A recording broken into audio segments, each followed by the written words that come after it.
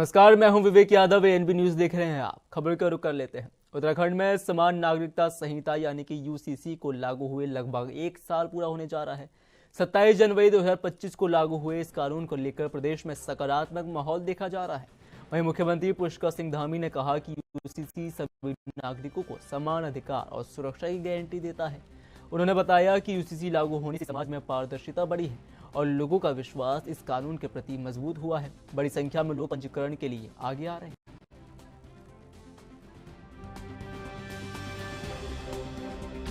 UCC का अच्छा प्रभाव है और सभी लोग उसको बहुत सराह रहे हैं। चारों तरफ जो है आज तेजी से रजिस्ट्रेशन भी करा रहे हैं, आ रहे हैं और ये सुरक्षा का भी, सबकी सुरक्षा की गारंटी है इसमें। हाँ, 27 तारीख को सीएम पुष्कर सिंह धामी ने आईआईटी रुड़की में आयोजित एक द्वितीय कार्यशाला को वर्चुअली माध्यम से संबोधित किया। सीएम ने संस्थान के योगदान की सराहना करते हुए कहा कि आईआईटी रुड़की ने भूकंप पूर्व चेतावनी प्रणाली के विकास में अग्रणी भूमिका निभाई है।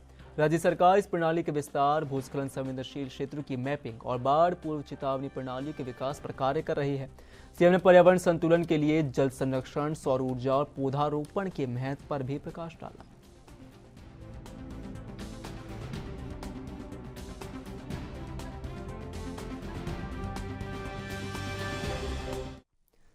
वहीं देहरादून में उपनगर कर्मचारी संघ के पदाधिकारियों ने मुख्यमंत्री पुष्कर सिंह धामी से मुख्यमंत्री आवास पर मुलाकात की और समान कार्य समान वेतन संबंधी कैबिनेट के ऐतिहासिक निर्णय के लिए आभार व्यक्त किया। मुख्यमंत्री धामी ने कहा कि उपनगर कर्मी राज्य की प्रशासनिक व्यवस्था की महत्वपूर्ण कड़ी हैं। उन्होंने कहा कि प्रदेश सरकार उपनगर कर्मियों के कल्याण और उनके हितों की रक्षा के लिए पूरी संवेदनशीलता के साथ काम कर रही है और इस कदम से सरकार की कर्मचारी हितैषी नीति का प्रमाण मिलता है।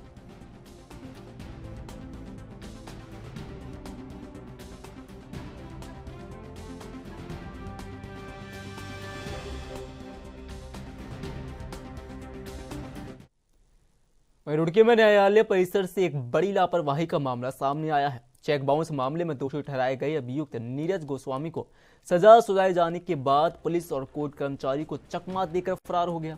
कोर्ट परिसर में अफरा तफरी मच गई और शोर मचाकर अभियुक्त का पीछा किया गया, लेकिन वह भागने में सफल रहा। पुलिस ने कई टीमें गठित कर उसकी तलाश शुरू कर दी है। इस घटना को लेकर सुरक्षा व्यवस्था पर सवाल उठ रहे हैं और मामले की जांच की जा रही है।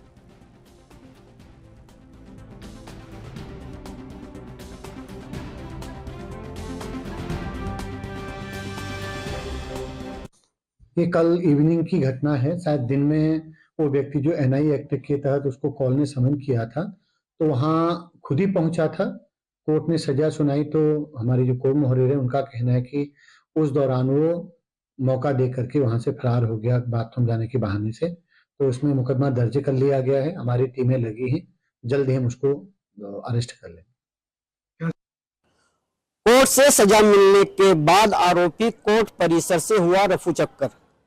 पुलिस महकमे में मचा हड़कंप। जी हां, मामला रुड़की रामनगर स्थित न्यायालय का है, जहां कलियर थाना क्षेत्र के रहमतपुर निवासी नीरज गोस्वामी पर चेक बाउंस का मामला चल रहा था।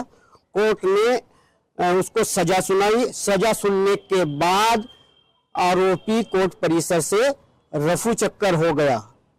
पुलिस हालांकि उसको ढूंढने में लगी हुई है, लेकिन अभी तक उसका कोई सुराग नहीं लग पाया है। अब यह एक लापरवाही सामने आ रही है।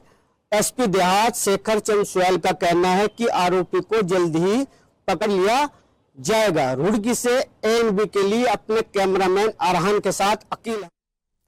सीएम पुष्कर सिंह धामी ने कन्हैयालाल डीएवी महाविद्यालय रुड़की में आयोजित सम्मान समारोह को वर्चुअली माध्यम से संबोधित किया।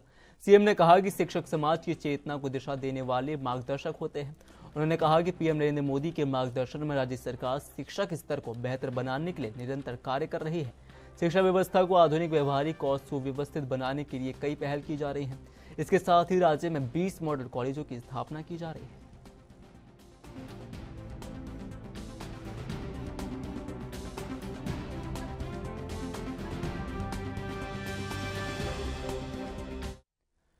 देहरादून में मुख्यमंत्री पुष्कर सिंह धामी से देश की प्रतिष्ठित para athlete doctor Deepa Malik ने शिष्टाचार भेंट की। मुख्यमंत्री ने डॉक्टर मलिक को सम्मानित कर उनके पैरा स्पोर्ट्स क्षेत्र में किए गए योगदान की सराहना की और इसे समाज के लिए प्रेरणादायी बताया।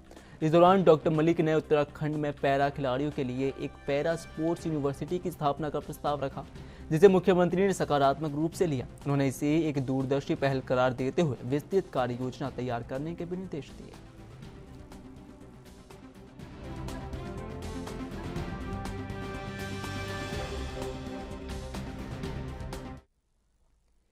हरिद्वार में विजिलेंस विभाग ने बड़ी कार्रवाई करते हुए जिला पूर्ति अधिकारी श्याम आर्य और उसके सहायक को 50,000 रुपए की रिश्वत लेते हुए रंगे हाथों गिरफ्तार किया। ऐसे में देहरादून से आई विजिलेंस टीम को इन अधिकारियों की रिश्वतखोरी की सूचना मिल रही थी, जिसके बाद उन्होंने सटीक योजना बनाकर कार्रवाई की। मुख्यमंत्री पुष्कर सिंह धामी ने कहा कि राज्य सरकार भ्रष्टाचार के प्रति किसी भी स्तर पर समझौता नहीं करेगी और यदि कोई अधिकारी या कर्मचारी अपने पद का दुरुपयोग करेगा तो उसके खिलाफ कठोरतम कार्रवाई की जाएगी।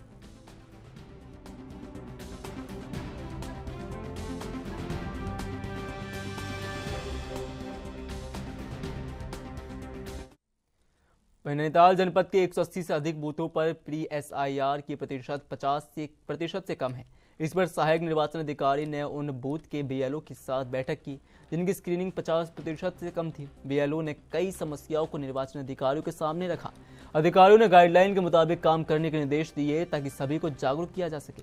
चुनाव प्रक्रिया को सुचारू रूप से चलाने के लिए कदम उठाया गया है।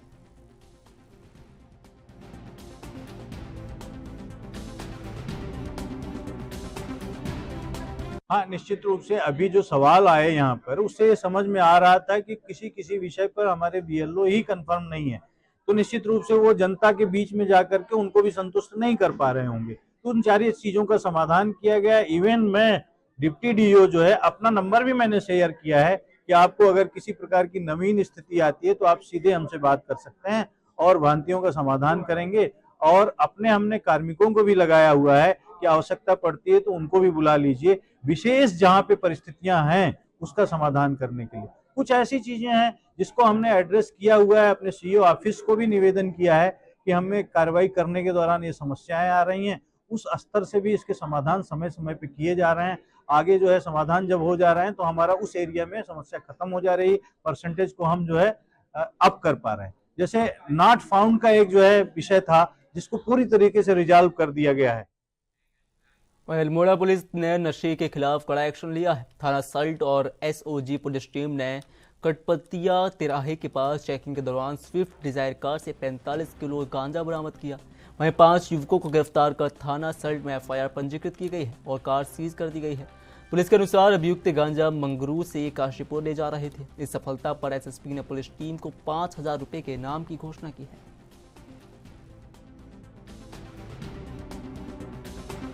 देखिए, माननीय मुख्यमंत्री जी के निर्देश में नशा मुक्त उत्तराखंड करने की दिशा में हमारा जनपद लगातार कार्रवाई कर रहा है। इसी क्रम में SOG और सल्ट थाना पुलिस ने मिलकर 5 अभियुक्तों को गिरफ्तार किया है, जिनके कब्जे से लगभग 44 kg से अधिक गांजा पकड़ा, जिनकी कीमत 11 लाख रुपए से भी अधिक है। पूछताछ में ये बात सामने आई कि ये किसी रिंकू नाम के व्यक्ति के लिए ये सामान लेके, ये गांजा लेके जा रहे थे और साथ में ये भी पता चला कि सरायखेत की तरफ से कहीं से ये लेके आ रहे थे। तो चूंकि ये बहुत ही अच्छी कार्रवाई हमारे प्रदेश सरकार में कैबिनेट मंत्री रेखा आर्य के पति गिरधारी लाल साहू के विवादित वायरल वीडियो को लेकर राजनीति में उबाल आ गया है। इस वीडियो के बाद कांग्रेस ने प्रदेश सरकार के खिलाफ विरोध प्रदर्शन किए। इस बीच केंद्रीय सड़क परिवहन राज्य मंत्री अजय टमटा ने अल्मोड़ा में मीडिया से बातचीत करते हुए इस मामले पर अपनी प्रतिक्रिया दी है। उन्होंने कहा कि गिरधारी लाल साहू का यह बयान दुर्भाग्यपूर्ण है। उन्होंने स्पष्ट किया कि भले ही साहू कैबिनेट मंत्री रेखा आर्य के पति हैं, लेकिन उनका भाजपा से कोई लेना देना नहीं। इस बयान के बाद राजनीति में और भी घमासान मच सकता है। देखिए, मुझे इस मामले में ज़्यादा कुछ बोलना नहीं है कि मेरे भी आपके इस माध्यम से वीडियो देखा है और मुझे लगता है कि जो बोला गया है वो बड़ा दुर्भाग्यपूर्ण है। देवभूमि से ऐसी आवाज़ नहीं जा सकती, वॉइस नहीं जा सकती। और मेरी जानकारी में है कि वो पार्टी के व्यक्ति भी नहीं है और पार्टी के ही नहीं है, वो इस प्रदेश के भी नहीं है। और जब इस प्रदेश के और इस पार्टी के नहीं है तो उनके बयान को इस प्रदेश से कृपया करके ना जोड़ा जाए। ये देवभूमि है, इस देवभूमि के लोग अच्छे हैं, इसलिए किसी के इतिहास को मैं नहीं जानता हूँ और इसलिए हर व्यक्ति जब भी कोई ऐसे बातें बोलता है उससे प्रदेश की बदनामी हो जाती है। और इसलिए मेरे ध्यान में आ रहा है कि जो उधम सिंह नगर में किसान सुखवंत सिंह की आत्महत्या मामले में निष्पक्ष न्यायिक जांच की मांग को लेकर कांग्रेस ने प्रदेश अध्यक्ष गणेश गौदियाल के नेतृत्व में पुलिस मुख्यालय का घेराव किया और प्रदर्शन भी किया। कांग्रेस ने दोषी पुलिसकर्मियों के खिलाफ कड़ी कार्रवाई की मांग की है। वहीं भाजपा प्रदेश अध्यक्ष महेंद्र भट्ट ने कांग्रेस पर तंज कसते हुए कहा कि कांग्रेस मुद्दा विहीन पार्टी है और इस तरह के विषयों को उठाकर राजनीति कर रही है। उन्होंने कांग्रेस को जन समस्याओं पर ध्यान केंद्रित करने की भी सलाह दी है।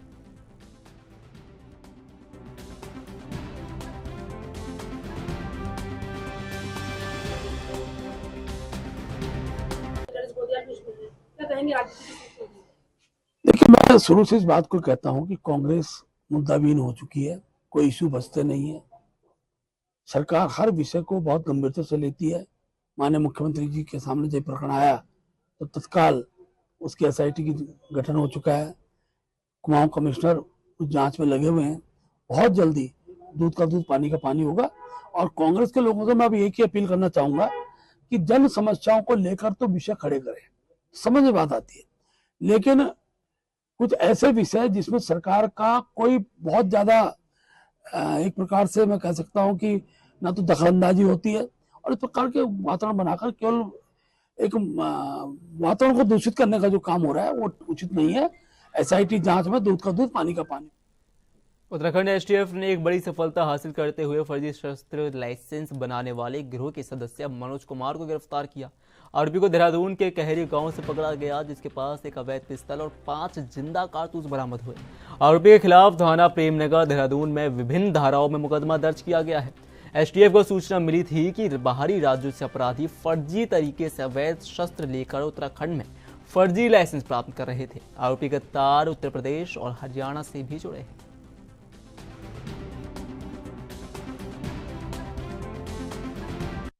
सर, अवैध रूप से लाइसेंस प्राप्त करने का एक मामला सामने आया, क्या कुछ पूरा मामला था, किस तरह से कार्रवाई? इसमें एक व्यक्ति है मनोज पुत्र भोपाल सिंह, ये शामली उत्तर प्रदेश का रहने वाला है।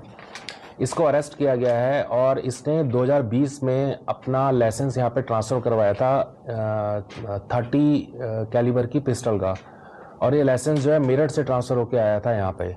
और जब जानकारी प्राप्त हुई तो मेरठ में ये सिरसा हरियाणा से ट्रांसफ़र होकर आया था, और जब सिरसा हरियाणा से जानकारी प्राप्त की तो वहाँ पे इस व्यक्ति के नाम पे कोई लाइसेंस नहीं बनाया है, तो फेक एनओसी लेके इसने मेरठ में रजिस्टर कराया, फिर वहाँ से एनओसी लेके इसने देहरादून में रजिस्टर कराया। तो ये सारा हमने वहाँ पे जिलाधिकारी कार्यालय मेरठ और सिरसा वहाँ से प्राप्त कर लिया है।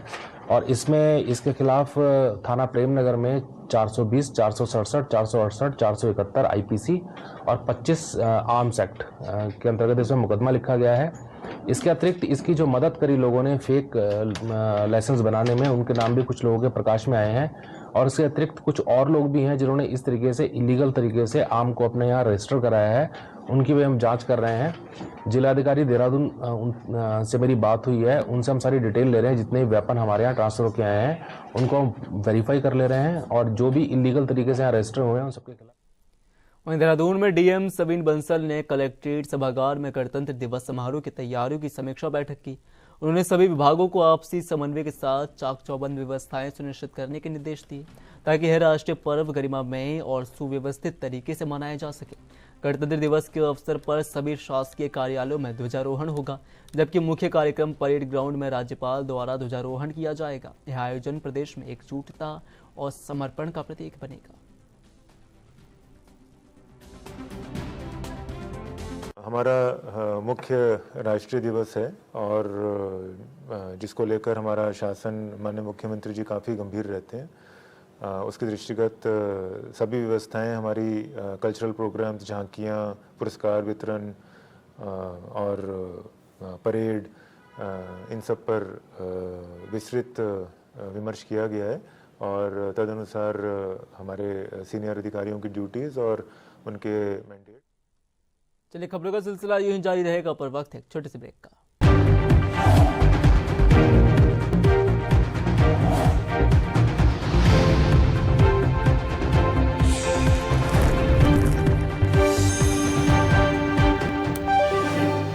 चलिए, ब्रेक के बाद फिर एक बार आपका स्वागत है। खबरों में आगे बढ़ते हैं। राज्यसभा सांसद नरेश बंसल ने भारत सरकार द्वारा जारी संचार ऐप की सराहना की है।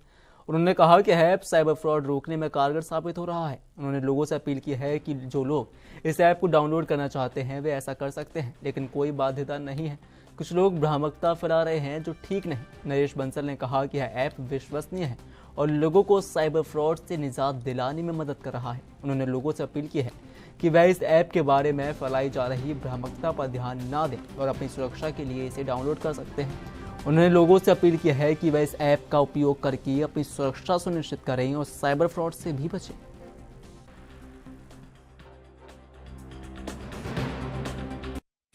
सर, संचार ऐप जो हम मोबाइल में डाउनलोड कर रहे हैं, भारत सरकार के भी निर्देश हैं, किस तरह से इसके फायदे लोगों को मिलेंगे? क्या इनसे हम उसके अवेयरनेस लोगों में फैलेगी इससे?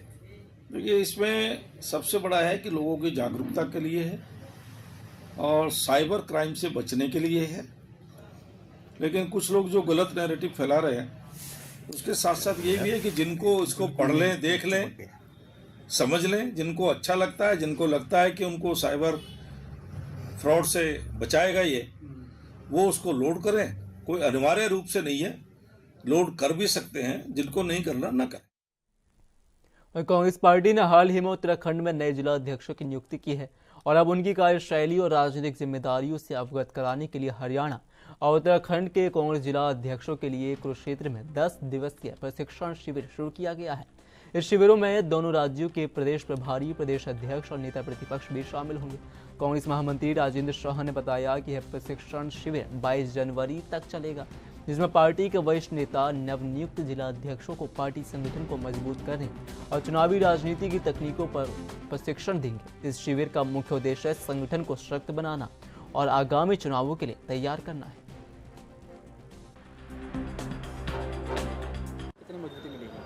निश्चित तौर पर देखिए, जिस तरह से जो संगठन सृजन का कार्यक्रम हमारा पूरे 27 ब्लॉकों में, जिलों में यहाँ चला था उत्तराखंड में, और आज हरियाणा में जो हमारा प्रशिक्षण शिविर चल रहा है, उस प्रशिक्षण शिविर में जो हमारे अध्यक्ष लोग, तमाम लोग वहाँ शामिल हैं, चाहे महानगर अध्यक्ष हो, चाहे जिला अध्यक्ष हो, उन तमाम लोगों को वहाँ पर ट्रेनिंग दी जा रही है। और मैं समझता हूँ आने वाले कल में जब वो अपने क्षेत्रों में लौटेंगे तो वहाँ से जो सीख कर आएंगे, उसको धरातल पर इस तरह का काम जो पिछले, मैं समझता हूँ 25 सालों में नहीं हुआ, इस बार धरातल पर हम वो काम करेंगे और भाजपा को दिखाने का काम करेंगे कि जो लगातार आप पिछले कई सालों से जो बूथ स्तर पर जो गड़बड़ियां आप करते रहे, वो गड़बड़ियां इस बार आप नहीं कर पाएंगे और मुंह की खाने के लिए आप तैयार रहिए।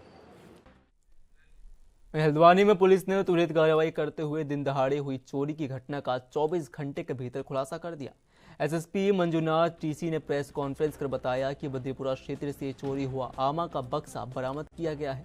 पुलिस जांच में सोमेश्वर निवासी वीरेंद्र बिष्ट का नाम सामने आया, जिसे चोरी के आरोप में गिरफ्तार किया गया है। आरोपी के कब्जे से चोरी हुआ बक्सा, उसमें रखे जेवरात और नकदी भी बरामद की गई।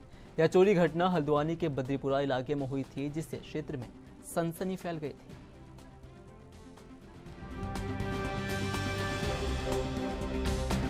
अमित और हमारा एसपी मनोज और एसपी क्राइम हमारा जगदीश जी, इन सब ने लीड लिया है और सभी की मेहनत है। सीसीटीवी, मैनुअल और सर्विलांस के माध्यम से मात्र 8 घंटे के भीतर जो है ये घटना जल्दी से वर्कआउट हो गया। चोर पकड़ा गया है, वो पूरा बक्सा भी पकड़ा गया है। सोना चांदी के ज्वेलरी, पैसा सब कुछ जो है बरामद हुआ है। इसी को पुलिसिंग बोलते हैं। पुलिसिंग को चैलेंजिंग की तरह लेना ही चाहिए। तो आपके माध्यम से मैं पुनः बताना चाह रहा हूँ, जितने भी किराएदार रख रहे हैं, चाहे वो घर में रख रहे हो, दुकान दे रहे हो, या गोदाम दे रहे हो, मकान दे रहे हो, कमरा दे रहे हो, प्लीज़ मेरा अनुरोध है सभी नैनीताल जनपद निवासियों से, आप पहले उनका पुलिस वेरिफिकेशन करिए। पहले उसका स्थानीय थाने में जाइए, उसका सारा कागज़ इकट्ठा करके किराएदार का कागज़ इकट्ठा करके वेरिफिकेशन कराइएगा। तदोपरांत ही वेरिफिकेशन पूरा होने के बाद ही आप उसको किराए पर चढ़िए, क्योंकि मोटा किराए के लालच में आप लोग कमरे के चाबी या गोदाम की चाबी, दुकान की राज्य कैबिनेट से मंजूरी मिलने के बाद समान कार्य समान वेतन के लाभ को लेकर उपनल कर्मचारी महासंघ ने सैनिक कल्याण मंत्री गणेश जोशी से भेंट की और उनका आभार जताया। महासंघ के पदाधिकारियों ने मंत्री गणेश जोशी से उनके कैंप कार्यालय में मुलाकात की, जहां उन्होंने 10 वर्षों की निरंतर सेवा पूर्ण करने वाले उपनल कर्मचारियों को समान कार्य समान वेतन का लाभ देने के फैसले पर धन्यवाद दिया। इसके बाद मंत्री गणेश जोशी ने पदाधिकारियों को मिठाई खिलाकर उन्हें बधाई और शुभकामनाएं भी दी।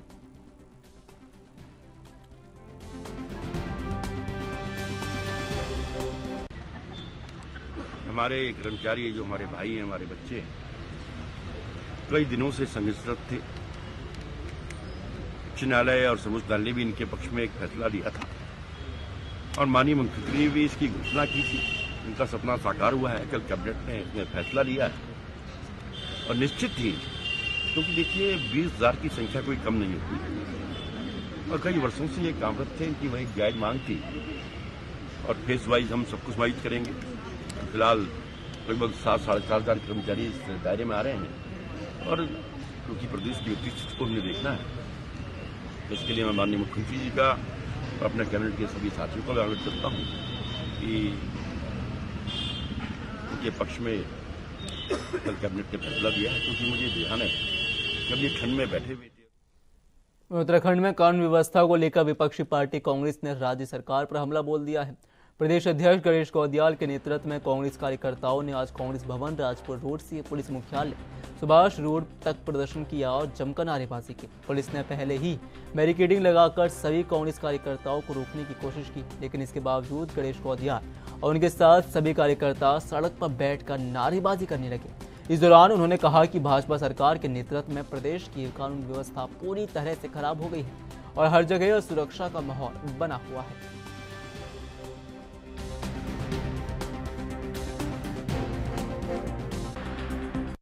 जब तक कि उन सब पर एफआईआर दर्ज न हो जाए, मुकदमे दर्ज न हो जाए और ये जांच सीबीआई को, तटस्थ एजेंसी को, जब तक ये जांच, क्योंकि आरोप पुलिस पर है ना, तो जांच पुलिस करेगी, कैसे होगा? एसआईटी में कौन है? और एसआईटी सीबीआई गठित करे अपनी तरफ से। सीबीआई की अगर एसआईटी गठित होती है तो उसका स्वागत है, लेकिन यही पुलिस आरोपी, यही पुलिस एसआईटी, यही पुलिस सब कुछ, तो कहाँ से जांच होगी? तो सवाल ये है कि ये आपस में अपराधियों को, एक दूसरे को बचाने की साजिश है। पुलिस के वरिष्ठ अधिकारी मुख्यमंत्री को बचाने में लगे हैं और मुख्यमंत्री पुलिस के अधिकारियों को बचाने में लगे हैं। तो ये वो वाला खेल है और ये खेल अब इनका बेनकाब हो गया है। जब तक इन्होंने एसएसपी को हटाया नहीं, सस्पेंड नहीं किया, उन पर मुकदमा दर्ज नहीं हुआ, हम तब तक जो है ये हमारी मांग तब तक जारी रहेगी। और मैंने अभी सुना कि पुलिस के जो वरिष्ठ अधिकारी हैं यहाँ के सबसे। सिर्फ फिलहाल के लिए भी इतना है। बाकी देश और दुनिया की तमाम बड़ी खबरों के लिए बने रहे और देखते रहे ENP न्यूज़।